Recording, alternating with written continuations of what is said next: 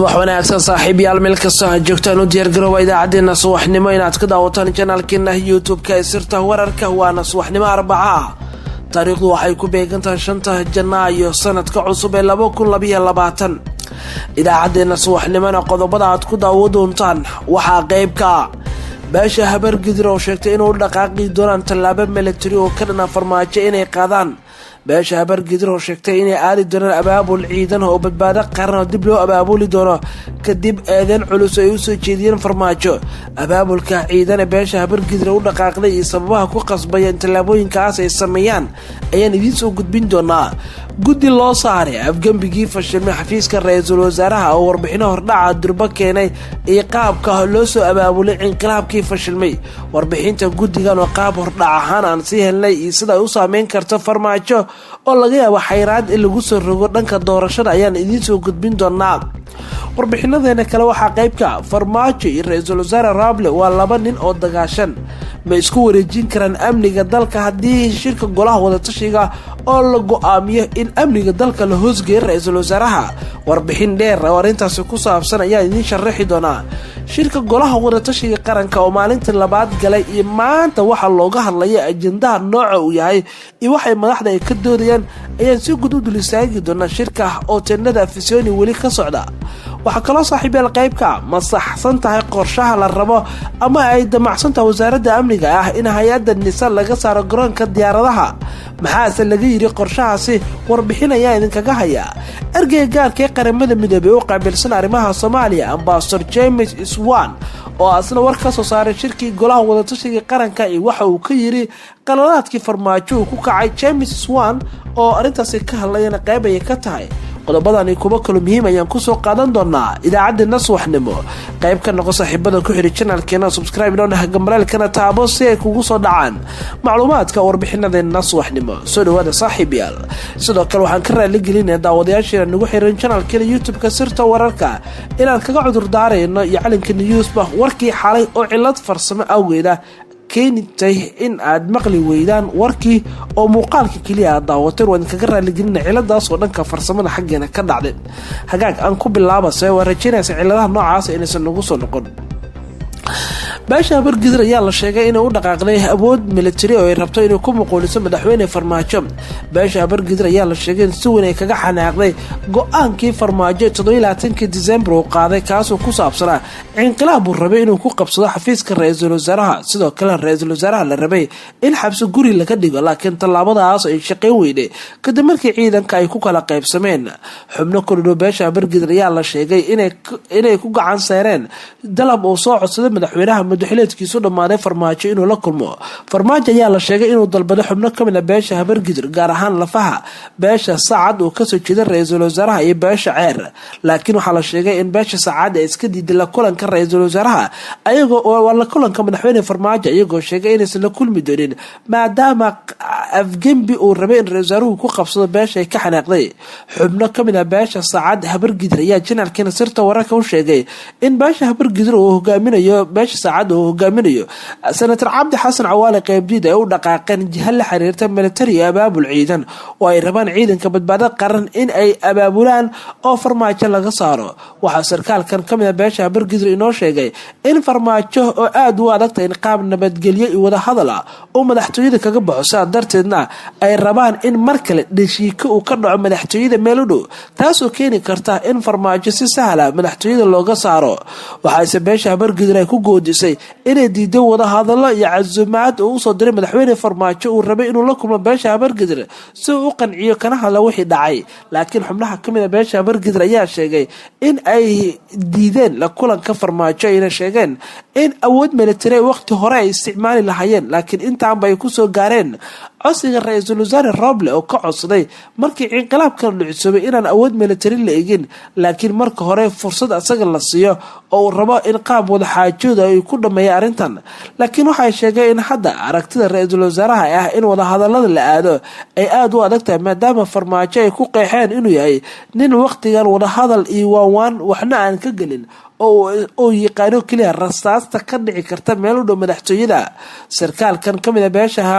abargidir sacad ayaa sidoo kale sheegay in ra-iisul wasaare Rooble ay la balansayn maalnimada Khamiista kulan qada ay la qaadan doonaan kadibna ay go'aan ku wada gaari doonaan. waxaa la sheegay inuu hogaaminayo Senator Cabdi Xasan Cawaale Qaybdiid iyo weliba xubno kale oo saraakiil ah oo beesha abargidir leedahay uu ku jiro Janaraal Sheekh Yuusuf Maxamed Siyaadin Dhacde oo abaabulkan ciidan wada. macluumaadka israhan helaya sheegaya in beesha abargidir wali ay ka xanaaqsan tahay tallaabooyinka uu qaaday Farmaajo. dhinaca kalena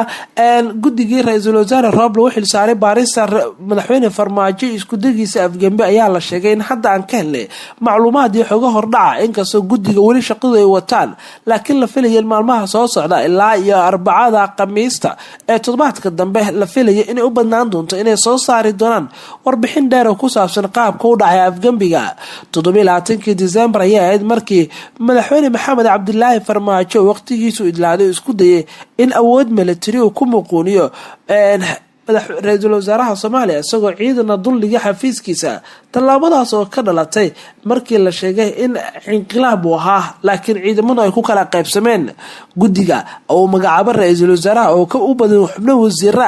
ayaa la sheegay hadda baaritaankooda meel fiican uu marayo ayna heleen macluumaad walba oo dhaawici karta madaxweynaha muddaxileedkiisu dhamaaday Farmaajo. guddiga loo xil saaray baaritaanka dhacdadii 27 December ayaa hadda lagu wadaa in ay soo gabagabeeyaan baaritaankooda waxaana loo wadaa in qoraal rasmi ay soo gudbiyaan oo ku saabsan howshooda ilaa hadda waxa uu suurtagalay ila ku dhowsa janaalka nasirta wararka guddigaas waxay u xaqiijiyeen in warbixinada iyo xogaha ay heleen ilaa hadda ay xaqiijinayaan in abaabulka Afgembiga dhicisoobay 27 December uu ahaa mid uu soo abaabulay madaxweyne Farmaajo Fahad Yaasiin sida lagu ogaaday baarista iyo su'aalaha la weydiiyay saraakiishii shaqada ku jirtay. waxay guddiga sheegeen inay la fariisteen oo su'aalo weydiiyeen saraakiil ilaalada ka madaxtooyada kuwa xilligaas ama habeenkaas heeganka ku jiray iyo kuwa subaxii shaqada ku lahaa ee qayb ka qaatay isku daygii dhicisoobay Afgembiga. ciidamadaas oo ay la kulmeen iyo kuwa la dulliga xafiiska ra-iisul wasaaraha iyo gurigiisa. guddigan oo laga sugayay muddo toddobaad inay soo gabagabeeyaan baaritaankooda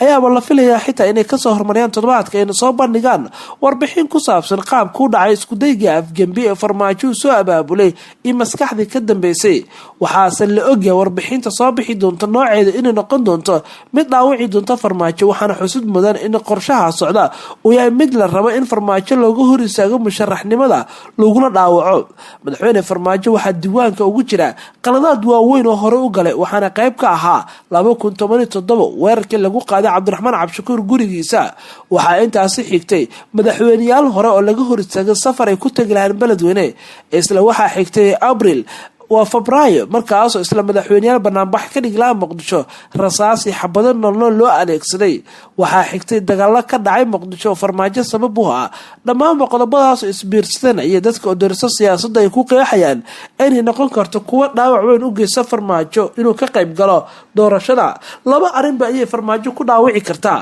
waa midda koowaad in Farmaajo laga hor istaago doorashada oo uusan tartanka ka qayb gelin. waa mid labaad Farmaajo inuusan dhaqan xildhibaan abadin si lamida sida xasan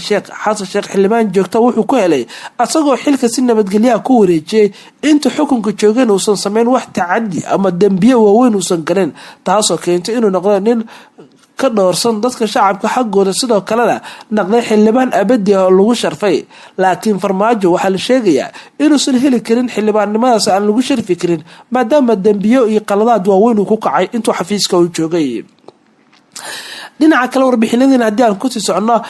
Farmaajo iyo Rooble waa laba nin oo dagaashan haddaba sidee isku wareejin karaan amniga dalka oo la rabo in ra-iisul wasaaraha lagu wareejiyo. mid ka mid ah doodaha ugu culus ee maalmaha miiska saaran waa in ra-iisul wasaare Rooble lagu wareejiyo amniga guud ee dalka oo dhan sida uu dhigayo qodobka 9aad xarafkiisa B ee dastuurka Soomaaliya. madaxweynuhu waa taliyaha guud ee ciidanka qalabka sida Soomaaliya waana ninka iskale amarada ugu dambeeya dhanka amniga. 11 bilood ayaa laga joogaa markii muddaxileedkii sharciga uu ka dhamaaday Farmaajo waxaana muddadaasi dalka wajahayay xasarado iyo xiisado kala duwan. inkastoo uusan jirin qodob dastuuri oo sheegaya cidda in sida loogu wareejin karo amniga dalka iyo cidda lagu wareejinayo amniga dalka haddana haddii madaxweynuhu waqti uu ka dhamaado haddana waxaa jira soo jeedin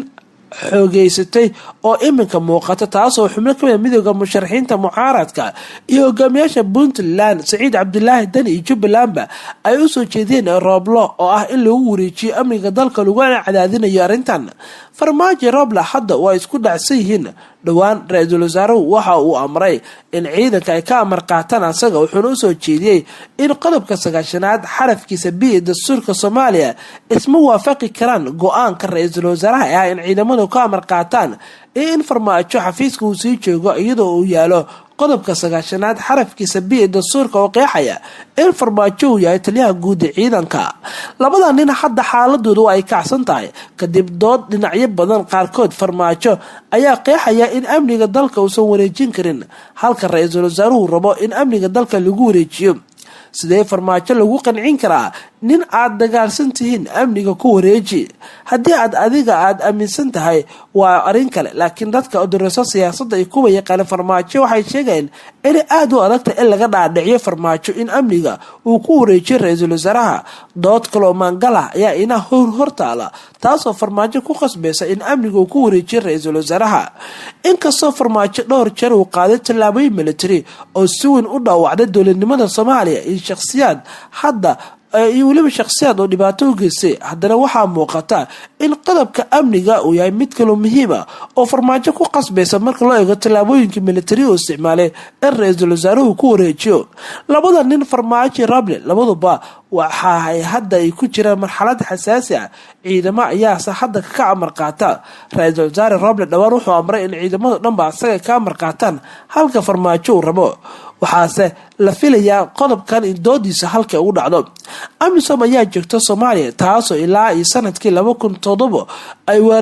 waardiyeynaysay dhammaanba dowladnimada Soomaaliya, gaar ahaan amniga madaxtooyada, airboorka, dekada. haddii ay dhacaan ismaandhaaf, AMISOM waxay qaadan kartaa doorkooda la xiriira ammaanka iyo cidda ay la jiri doonaan. laakiin dhanka kooxda Farmaajo ayaa aaminsan in ay hadda ay qasban yihiin in tanaasul ay sameeyaan oo amniga loo daayay ra-iisul wasaaraha. sharciyaqaanada qaar ayaa waxa ay leeyihiin marka madaxweynaha la doortay waxa ugu horeysay in lagu wareejiyo amniga dalka. sidaa darteedna Farmaajo waxa uu hore u wareejiyey amniga doorashada, laakiin hadda way adag tahay in amniga guud ee dalka oo dhan uu wareejiyo. muqdisho hadda waxaa ka socda shir u dhexeeya 5 madaxda maamul gobolka Banaadir ra-iisul wasaaraha, waxaana lagu cadaadinayaa qodobka amniga in uu noqdo mid maangala oo ajendaha kulankan ah. amniga ayaana ah in amniga guud ee dalka loo daayay ra-iisul wasaaraha. ka horse Farmaajo ayaa la aaminsan yahay inuu diidmo cad kala hor imaan doono qodobkan. wadamada reer galbeedka ayaa cadaadis badan saaraya maamulada qaar in uu miro dhalo shirka golaha wadatashiga qaranka, waxaana xoojin lagu sameeyey dhammaanba qodobada shirkan. mucaaradka qaar waxa ay leeyihiin in dalkan doorasho haddii ay rabto inay ka dhacdo la badbaadiyo waa in Farmaajo hogaanka ciidanka laga soo qaadaa. Farmaajona noqdaa nin iska jooga filla Soomaaliya oo keliya. haddaba dhinaca kale maxaa maanta looga hadlayaa shirka golaha wadatashiga qaranka oo maalintii 3aad galaya maanta?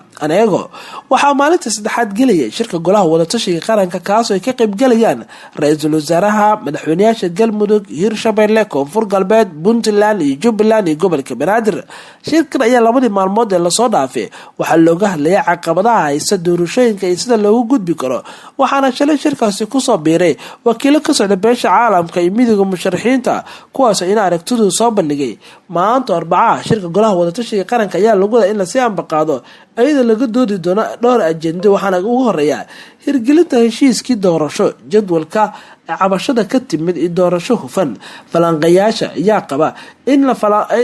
jadwalka doorashada ay noqon doonto mid dood culus ka imaan doonta. falanqeyn iyo wadatashi iyo talooyin ku saabsan fulinta heshiiskii habraacyada ayaa qayb ka iyo go-aanka qaadashada arrimaha kala duwan ee horyaala shirka iyadoo la tixgelinayo talooyinka muhiimka ay soo bandhigeen maalintii koowaad ee shirka. qodobka 4aad soo bandhigida qorshaha geedi socodka doorashada.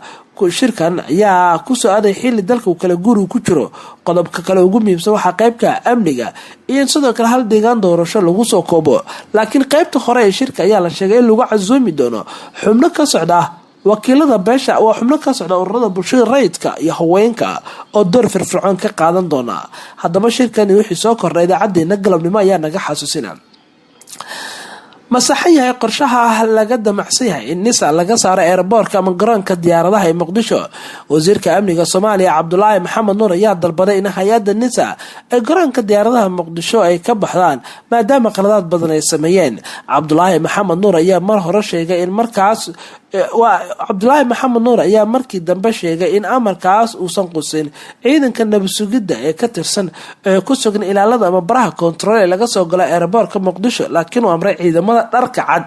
ee ku sugan gudaha airboortka in laga saaro. nisa ayaa xafiis ku leh garoonka gudihiisa, waxaana ujeedku yahay in markii ugu horeysay in loo adeegsado howlo amni oo lagu xaqiijinayo in lagu sidoo kale lagu bartilmaameedsado shakhsiyaad dhanka ammaanka. hase yeeshee eedda iyo soo jeedinta dadka qaar ayaa sheegay in saameynta nisa ee garoonka diyaaradaha ay mid muuqata maadaama farmaajo uu adeegsan jiray inuu carqaladeeyo shakhsiyaadka uu rabo inaysan soo degin iyo kuwa rabo in loo adeegsado inaysan garoonka ka bixin oo nisa ay qaban jirtay. xuseen macali maxamuud oo la taliya hore u ahaa dhanka amniga ee farmaajo u qaabilsanaa oo waraysi siinaya BBC ayaa sheegay in go-aankan uu yahay mid ay wasaaradda amniga ay ku qasbaneed inay qaadato maadaama ciidanka nisa ay joogo gudaha garoonka ay qabanayeen shaqo ka baxsan tan amniga oo loo adeegsanaya arrimo siyaasadeed. wuxuu xuseen uu sheegay in xilli hore u ahaa in qorshaha ciidanka meeshaasi laga saaro booliiska lagu wareejiyo amniga garoonka. wuxuuse carabka ku dhuftay in waxyaabaha ugu muhiimsan ee keentay ee hadda in nisa airboortka laga saaray ay qayb ka tahay in nisa aan loo adeegsan ee dhanka nabadgelyada ee loo adeegsanayay arrimo siyaasadeed iyo in lagu dhibaateeyo dadka garoonka diyaaradaha isticmaalaya kuwa kasii degaya. xuseen macali waxa uu sheegay in qorshahan ay wateen fahdi farmaajo, laakiin go-aanka wasiirka amniga ee ahaa in nisa laga saaro gudaha airboortka ay tahay go-aankii ugu saxsanaa ee uu qaatay, sida uu yiri la taliyihii amniga ee farmaajo. ugu dambeyn James Swan ayaa war ka soo saaray kulankii ay la qaateen golaha wadatashiga qaranka ee doorashooyinka. wakiilka gaarka ee qaramada midoobay ee u qaabilsan arrimaha Soomaaliya ayaa war ka soo saaray kulankii wakiilada beesha caalamka ay la yeesheen golaha wadatashiga qaranka kaas oo lagu gurfayay sixidda iyo dardargelinta doorashada. James Swan ayaa qoraalkiisa ku sheegay inuu ku faraxsan yahay inuu ka mid noqdo saaxiibada beesha caalamka ee la kulmay madaxda Soomaalida si loo qaado tillaabooyin lagu saxayo. ergeyga gaarka ee qaramada midoobay Ambassador James Swan ku faraxsan inuu ku biiro saaxiibada caalamka ee muqdisho ee kula kulmay golaha wadatashiga qaranka, wuxuuna ku dhiirigeliyay in golaha la dardargeliyo dhammaanba doorashooyinka Soomaaliya oo ay wanaajiyaan kalsoonida ay ku qabi karaan dhammaanba ummadda Soomaaliyeed ayaa lagu yiri qoraalka. shirka golaha wadatashiga qaranka oo shalay ka furmay muqdisho ayaa waxaa laga hadlayay xaaladda cakiran ee dalka, muranka xooggan ee hareeraya doorashooyinka iyo waxa kale sidoo kale isku soo hadal qaaday xaaladda cakiran ee dalka. waxaana shalay sidoo kale lagu casuumay wakiilada beesha caalamka oo ina soo bandhigay talooyinkooda. qoraalka xafiiska ra'iisul wasaaraha laga soo saaray waxaa lagu yiri ra'iisul wasaaruhu weynaya xubno kamid ah golaha wadatashiga qaranka waxay la kulmeen wakiilada beesha caalamka oo ay kala hadleen dardargelinta doorashooyinka dalka. ra'iisul wasaaruhu waxaa ka go'an sida ugu dhaqsiyaha badan in lagu soo gabagabeeyo doorashada. sidoo kale golaha wadatashiga qaranka ayaa mar kale waxay la kulmeen midowga musharaxiinta, maantase waxay la kulmeen ururada bulshada rayidka oo ay dhageysan doonaan talooyinka iyo aragtidooda la xiriira arrimaha doorashooyinka. hagaag saaxiibayaal, subax wanaagsan. warbixinadeena subaxnimo ayaan halkaasi kusoo koobaynaa. qodobadan ayaa nagu waaweyn, qodobadan waxay nagu soo korra saaxiibayaal. waxaa naga xasuusina idaacadeena galabnimo inaad ku daawo doontaan. waan idinkaga raaligelinaynaa haddii xalay idaacadeena habeenimo oo qalad dhanka codadka dhacay awgeeda. subax wanaagsan, nabadgelyo.